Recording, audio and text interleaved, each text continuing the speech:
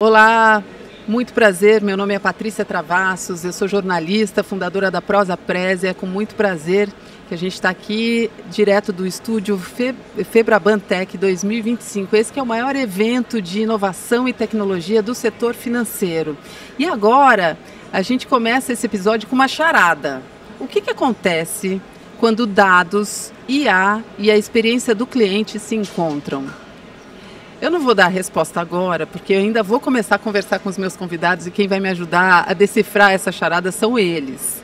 A gente vai mergulhar nesse que é um dos temas mais críticos e estratégicos do setor, a inteligência artificial aplicada à prevenção e combate à fraude, e como as soluções orientadas por dados estão redefinindo essa batalha. No nosso ambiente financeiro, vive um momento de transformação acelerada. São volumes massivos de dados, fraudes cada vez mais sofisticadas e clientes exigindo experiências digitais ágeis, seguras. O onboarding nos bancos, por exemplo, é um momento crítico, precisa ser rápido, fluido, blindado contra fraudes. Como é que a gente equilibra tudo isso? Para nos ajudar a entender todo esse cenário e as oportunidades que tem por trás de tudo isso, de toda essa evolução, a gente tem dois convidados especiais do CPQD, que é um dos principais centros de inovação tecnológica do Brasil. O Rafael Batistella, que é diretor executivo de produtos de software, e a Andréa de Campos Oliveira, gerente de produtos da organização. Muito obrigada pela visita de vocês, pelo tempo de vocês aqui hoje. Prazer é nosso. Prazer é nosso, com certeza. Rafael, eu queria começar contigo para você explicar o que é o CPQD, que eu sei que já tem décadas de história, mas explica para a gente a atuação de vocês. Bom, primeiro eu agradeço a oportunidade aqui, estar no evento da Febraban Tech, uma honra para nós. O CPQD é uma organização que já tem mais de 48 anos. Inclusive, ano que vem, em agosto, nós vamos completar 50 anos de existência. O CPQD surgiu com um DNA de telecomunicações. Nós surgimos para poder colocar a telecomunicação do Brasil num outro patamar e ter um diferencial competitivo. Mas assim, ao longo dos anos, a gente foi abrindo outros horizontes, fomos participando de outras aventuras aí e entramos em outros setores. Por exemplo, agronegócio, a gente também participa do setor de indústria, o próprio governo. E há 20 anos nós estamos aí com todo o gás no setor financeiro. E nesse setor nós estamos totalmente ligados às instituições financeiras e principalmente no que diz respeito ao combate à fraude, né, nesse setor. Que é uma das situações mais complicadas que o setor enfrenta hoje, né? Porque quanto mais dados, quanto mais crescem os dados, mais crescem as oportunidades de fraudes e são necessárias soluções para combater. E quando a gente pensa em fraude, a gente muitas vezes ainda tem aquela imagem da garagem escura, do criminoso encapuzado, com um computadorzinho de quinta categoria, e na verdade, hoje em dia, os criminosos estão mais bem equipados que muitas empresas. E não é mais o se vamos enfrentar alguma ameaça. Quando enfrentarmos, como é que a gente vai estar preparado para lidar com isso, né? Então, Andréa, eu queria falar com você sobre isso. O setor financeiro inundado de dados, mas nem sempre conseguindo transformar em inteligência acionável para combater fraudes. Por que é tão difícil? É exatamente por conta dessa evolução e, na sua opinião, quais são os maiores desafios que esse volume de dados impõe para a área de segurança, risco e prevenção à fraude? Correto, Patrícia. O que acontece? É um volume imenso de informações.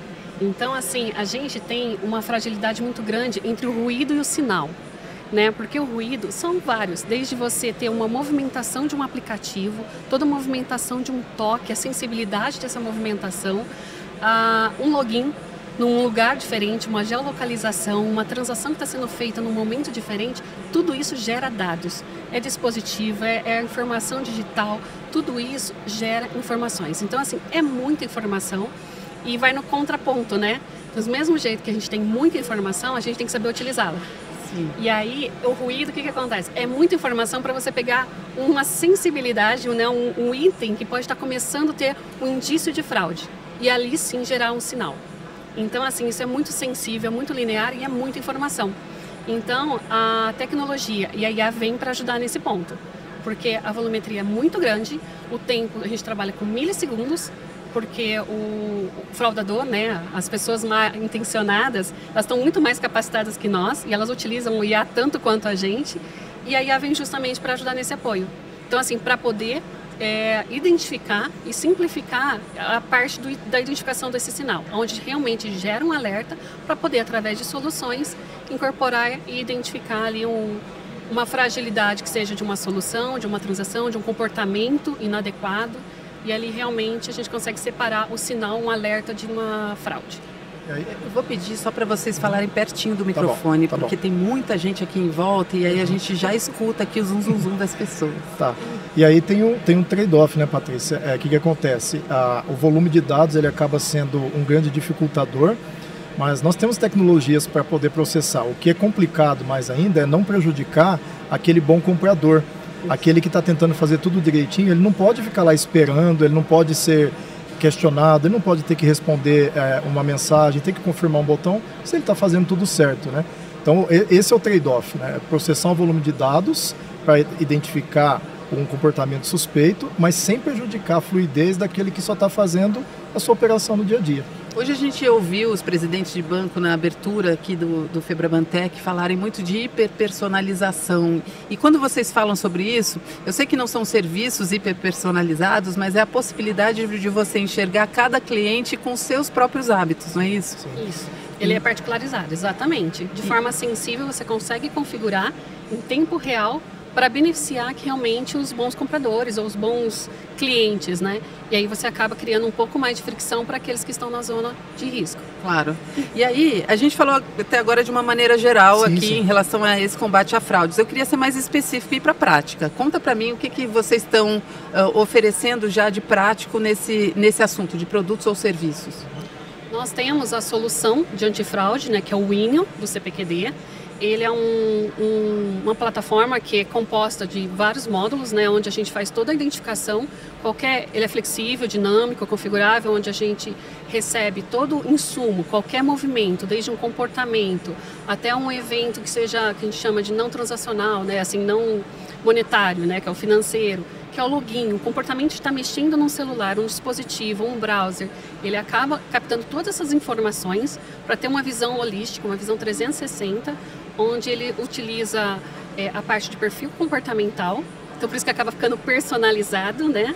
Tem toda a parte de evolução de modelos de IA específicos, que ele tem uma acurácia muito boa, né? Então ele acaba realmente mostrando ali o falso positivo, a diferença, né, e a evolução em relação a isso da parte de inteligência artificial. E tem a parte do motor de regra, que é onde realmente ele faz toda a junção e ele ajuda na tomada, né, da orquestração da tomada de decisão para fazer essa liberação, né, essa continuação em relação a uma transação que seja saudável, boa, positiva, de maneira lisa, sem fricção, ou a menor fricção possível. Que esse é um detalhe que a gente fala, né? A fricção ela também tem que ser saudável. Tem momentos que ela é necessária. Não, e tem horas que você até como cliente fica pensando, puxa, que tipo de segurança? Hoje mesmo, eu assistindo ali ao painel dos presidentes de banco na abertura da Febrabantec. E eu me lembrei que tinha uma transferência que eu precisava fazer, que é acima do valor que eu costumo fazer. Não é algo comum, é de uma viagem. Eu precisava fazer um depósito para minha cunhada. E eu falei, puxa, está acima do valor que eu costumo transacionar e eu estou no meio de um Wi-Fi, né? Eu estou num Wi-Fi que eu não costumo usar. Será que vou ter que colocar minha cara aqui no ID para me identificar no meio aqui da palestra? Enfim, no fim não me pediram nada, foi mais fácil do que eu imaginei. E agora, se tivesse me pedido, eu ia até de repente achar que eu estava mais segura. Pois é. Né? Então você fica sempre em cima dessa corda bamba, né? Até onde você vai incomodar o cliente de forma saudável, né? Sim. Tem que ser saudável. A gente fala que tem que ser uma fricção necessária. Ela é saudável, porque tem momentos que você tem que se sentir segura. Você fala assim, ok, pedir uma biometria por algo que eu não estou acostumado a fazer. Pois é. Opa, legal. Estou fora da minha rede, estou fora da minha casa, né? Onde eu costumo fazer as transações. Isso. Então, você sabe já quais são os seus hábitos. E eu costumo fazer as transações financeiras sempre no mesmo ambiente, até para ensinar a inteligência artificial que cuida de mim quais são os meus hábitos, para quando eu estiver fora, aí sim ele causar alguma fricção, né? Mas provavelmente ele viu algum comportamento que você já está acostumado. Ele falou, opa, esse comportamento aqui já é da Patrícia. Pois é. Então ela falou, não, peraí, aqui não cabe uma... Mas isso é configurado, tá? Isso é configurado, isso que é interessante. A gente tem a parte de flexibilidade, que é justamente essa, conforme o seu perfil do seu cliente, né? Por isso que a gente fala da fricção do usuário final, né? Eles acabam configurando a camada de segurança.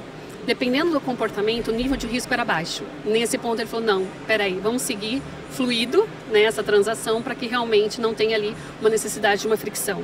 E caso fosse ao contrário, não, ela não está acostumada a realizar esse tipo de transação, seja de uma viagem, algo desse tipo, ele teria sim acionado algum segundo fator de autenticação ou um terceiro fator para ter a camada de segurança ali para você se sentir segura e o seu banco ou o órgão que você está realizando o pagamento também ter essa segurança em relação àquela transação. Esse é o diferencial do INIO? Essas camadas todas? Isso. O que você apontaria como diferencial dessa ferramenta? Essa é a flexibilidade. Não só a flexibilidade, mas a agilidade de adaptação.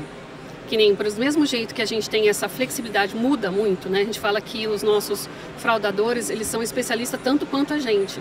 Né? Nós temos doutores, mestrados, mestrandos, nossa, né? Eles são incríveis. Nossa Senhora! Cada vez uma profissão, né? É verdade. E o que acontece? Em relação a isso, a utilização tanto das ferramentas, eles também inclusive dão curso, né? A gente viu aí na internet, um pouco tempo atrás, estava um pessoal dando curso de como aplicar fraude. Mentira! Então a nossa solução tem que ser muito mais ágil, muito mais rápida em tempo real. E aí o que acontece? O interessante é que ela tem que ser preditiva.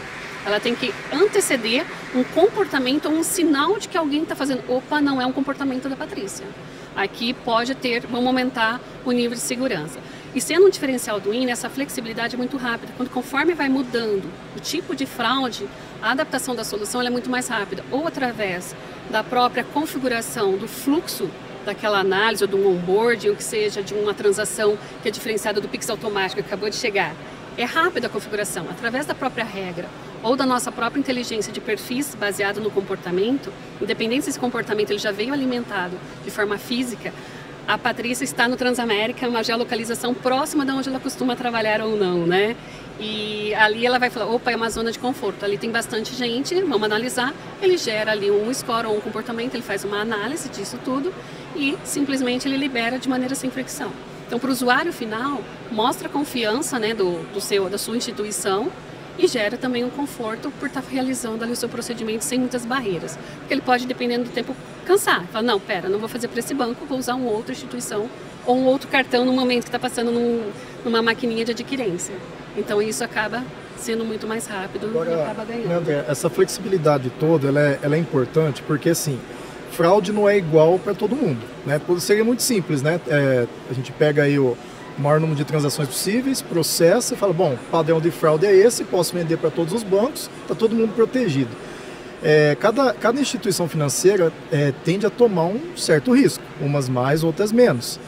Porque por mais que a nossa solução ela consiga evitar ao máximo a fricção, é impossível você ter zero checagem, zero fricção numa análise de segurança, né? Então, tem instituições que optam por ter um pouco mais de flexibilidade e assumir um pouco mais de risco e depois ressarcir o seu cliente sem problema algum. Outras não, outras elas preservam pela credibilidade em garantir que não vai acontecer. Então, não dá para ter uma solução de caixinha travada, né?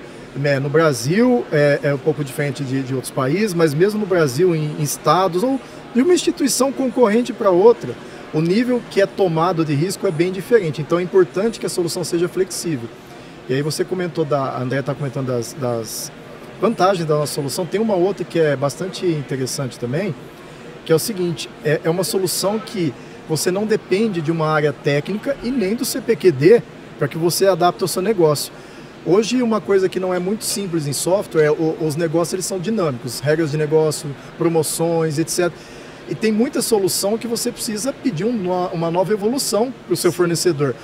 Não, aí tem outras que a própria TI da sua empresa dá conta. A nossa não. A própria área de negócio, pessoas leigas que conheçam o negócio, obviamente, ela consegue mudar o que é uma fraude, como é considerado uma fraude, como é sozinho. Então, isso é importantíssimo, já que todo dia aparece um novo modelo de fraude, né? Exatamente, isso é muito dinâmico. Então você imagina assim, por mais parceria que você tem, você ter que ir para cada novo modelo de fraude ou grau de risco que você queira tomar, você ter que acionar a sua TI ou mesmo seu fornecedor, que nem sempre vai estar prontamente ali para te ajudar, você pode ir lá sozinho e já rearranjar a solução de forma simples, estruturada, em português, né? E você adapta ao seu negócio imediatamente, já sai valendo. Não precisa esperar o dia seguinte, precisa esperar 2 horas, é online. Tá?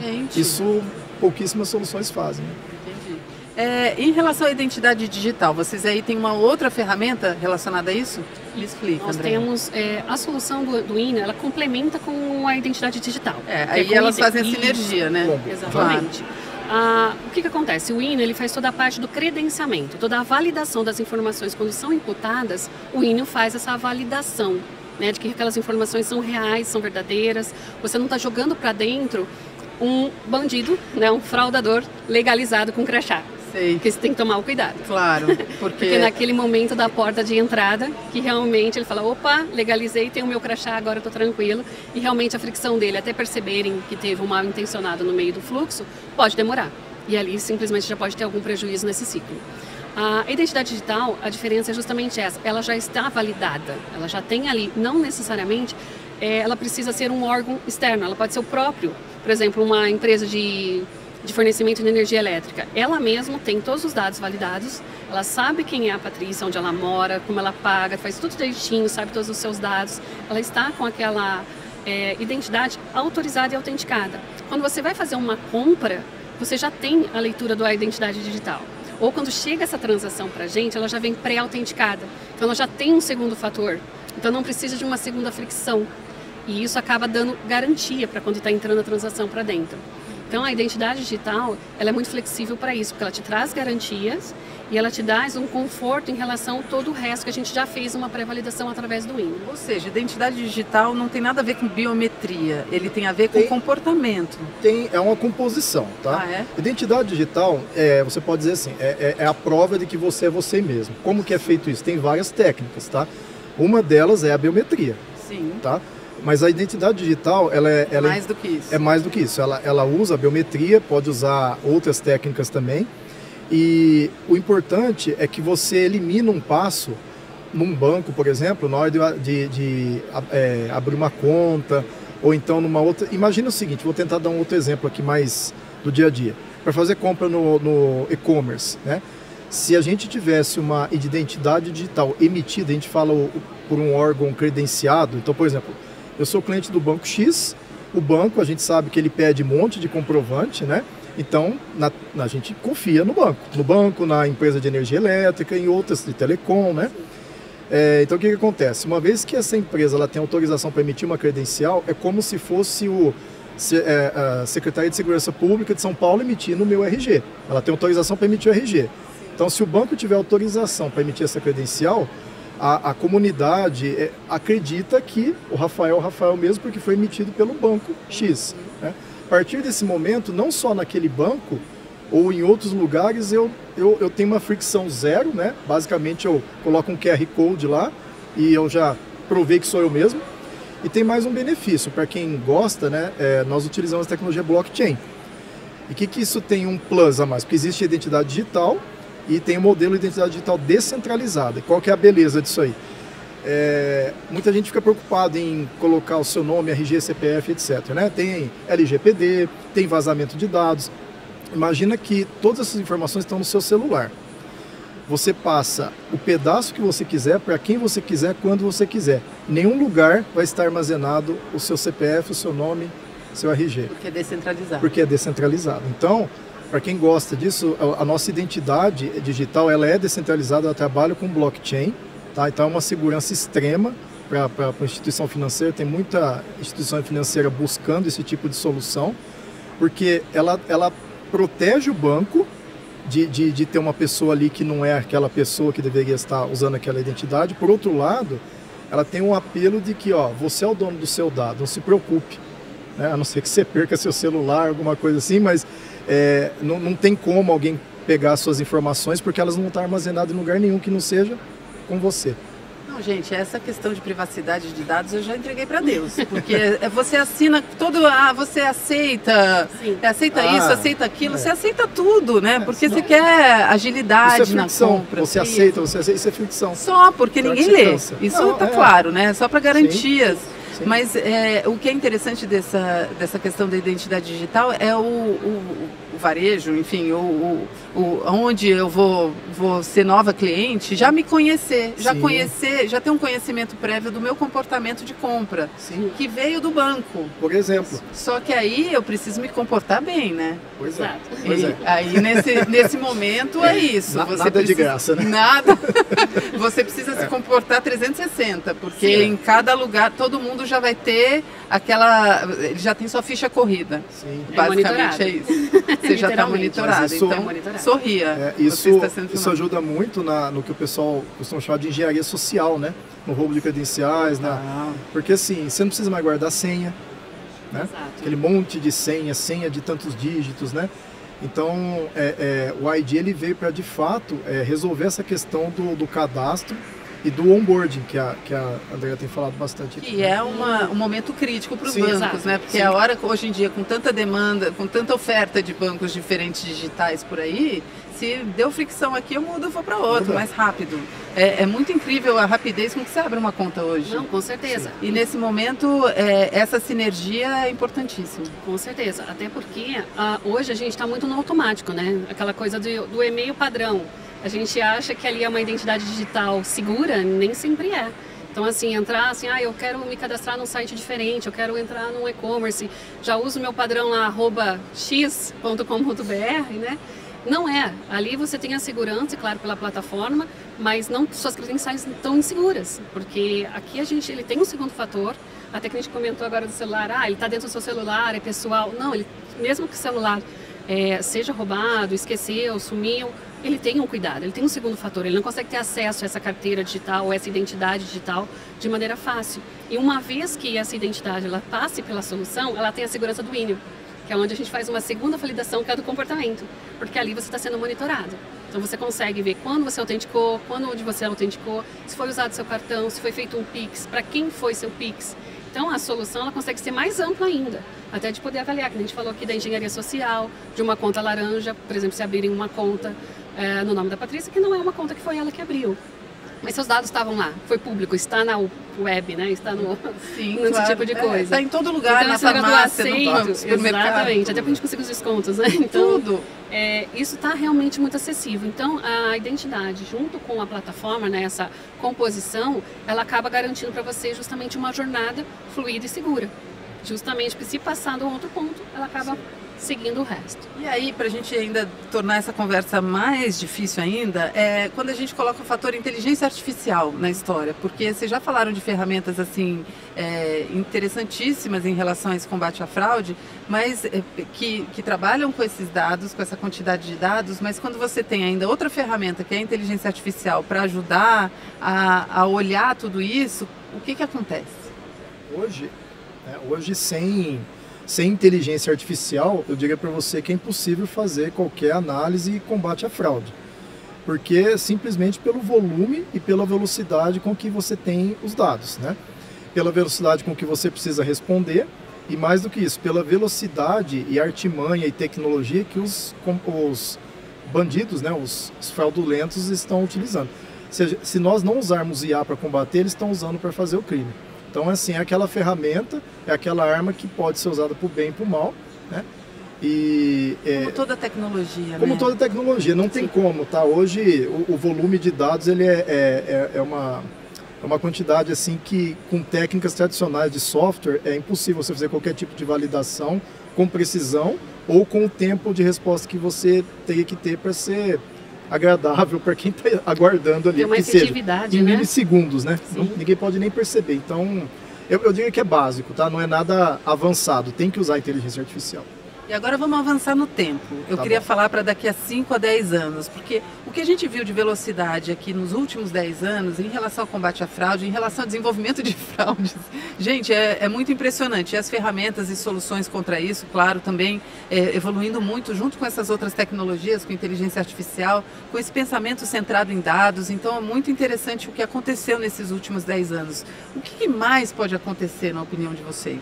Olha, daqui a 5 ou 10 anos, quem não tiver embarcado numa solução de combate à fraude extremamente robusta, eficiente, ágil, que com certeza vai precisar utilizar IA e a IA da mais avançada possível, vai estar fora do jogo.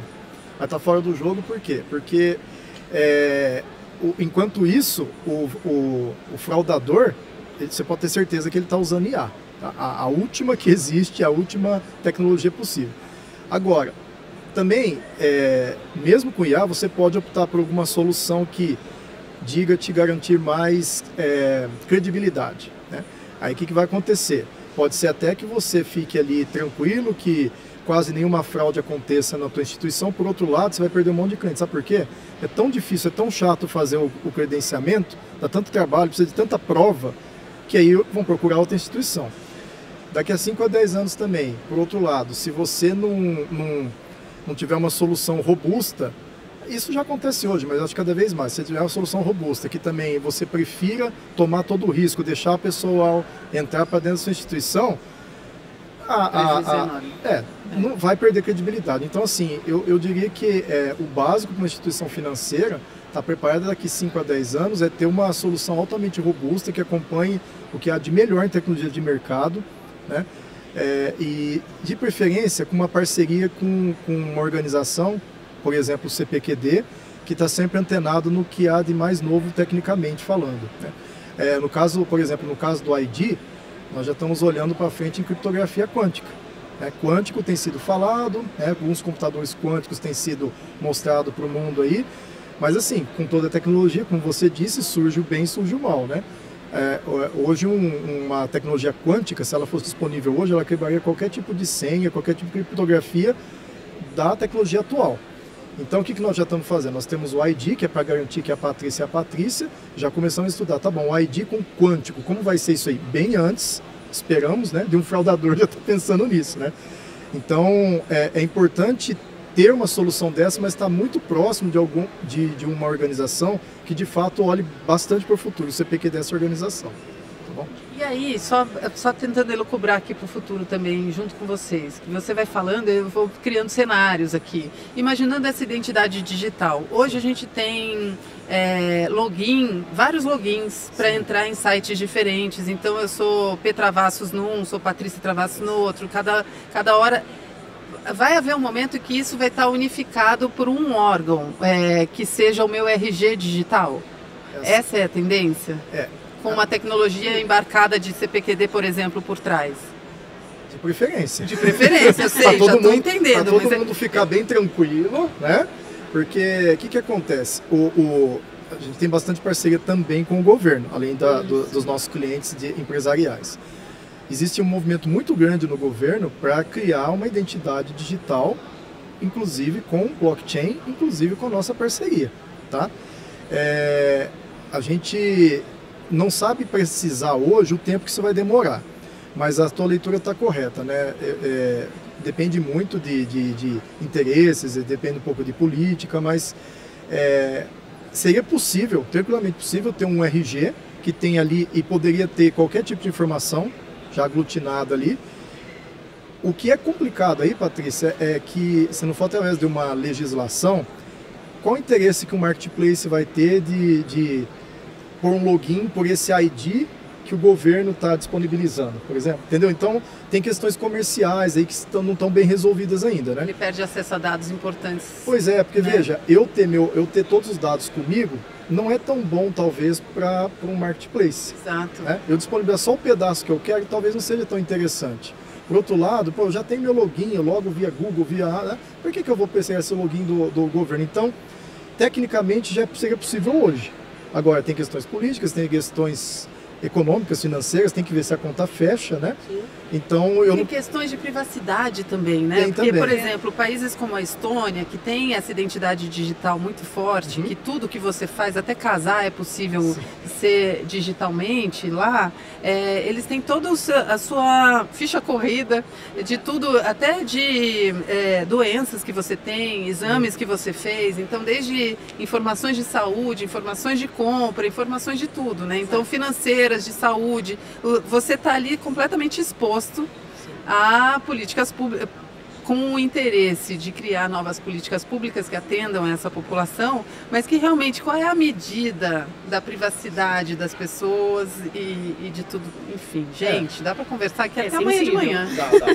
É sensível, mas que nem, olha como é interessante, né? Só para pegar um ganchinho aqui, saindo um pouquinho do roteiro, mas a plataforma e até a identidade digital, que a gente estava comentando aqui, né, da política, o GovBR está vindo muito para isso, né? Eles estão unificando essa parte. Mas a gente também tem tanta solução focada totalmente em antifraude, nessa parte que a gente está falando de monitoramento, de comportamento, também tem a solução que ela também atende toda a parte de saúde, outros nichos que traz toda a ficha, né, todo o comportamento, toda aquela análise de risco, que também é uma fraude financeira, porque ali está tendo uma perda, um desperdício financeiro, que vai para a ficha da Patrícia. Opa, naquela situação, naquele momento, ela precisou comprar um remédio, precisou comprar alguma atividade, passou por alguma cirurgia. Será que tiveram boas intenções ali em relação a isso? Então, assim, por isso que a gente falou, é um jeito de correlacionar com a tendência daqui 5, 10 anos, naquele QR Code Patrícia, vai ter um pouquinho de tudo.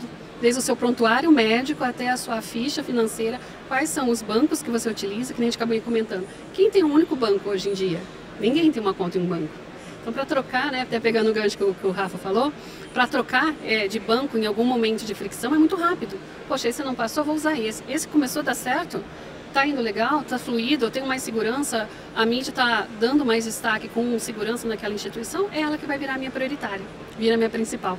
Então, assim, a tendência dos 5, 10 anos completando, se não tiver o uso do IA, não tiver a identidade digital bem aprimorada, com certeza vai montar uma ficha, um dossiê, num QR Code ou numa parte digital da pessoa, né? Isso já é a tendência em alguns países. Bom, o CPQD já sei que atende então setor financeiro, atende também setor de saúde, também já está próximo do governo, ou seja, como é que as empresas fazem para encontrar vocês agora? Bom, se vocês quiserem falar com a gente, nós vamos estar aqui no evento da Febrabantec, nos 3 dias. A equipe está totalmente disponível, disposta e muito animada em apresentar nossas soluções para vocês, seja o INIO, nosso antifraude, seja o ID, ou ID, nossa solução de identidade digital, e outras soluções que a gente tem também. Mas caso não seja possível vocês encontrarem conosco aqui, basta acessar o site www.cpqd.com.br. Lá vão ter todas as informações, white papers, user cases, nossos principais clientes. E fique à vontade para nos contatar, pessoal. É um prazer. Estamos à disposição. Gente, será um prazer. A gente falou gostoso aqui, não foi? Opa, não foi um papo bom? Foi. Da gente pensar no futuro e é um assunto tão envolvente, né? Porque a gente fica realmente vendo que está tudo interligado no fim das contas. E eu acho que é isso mesmo, começa pelo bolso, né? Começa pelo setor financeiro, mas o nosso comportamento está muito em torno disso. Isso, visão 360, somos Exato. Monitorados e aí, praticamente o tempo ter todo. quem está segurando aí as fraudes, pelo amor de Deus, a gente conta com você. Deixa com a gente. É um monitoramento bom, saudável, gente, por favor. Agradeço demais a presença de vocês, a Prazer simpatia. nosso. Repetindo aqui, Rafael Fernandes Batistella e Andréa de Campos Oliveira, do CPQD. Muito obrigada. Obrigado você, Patrícia. Obrigada também a vocês todos que ficaram aqui em torno do nosso estúdio, ouvindo o nosso papo. Obrigada a você que está nos ouvindo de casa, do escritório, da academia ou do trânsito. Segue com a gente que vem papos muito interessantes ainda aqui no Febrabantec 2025. Valeu, até já!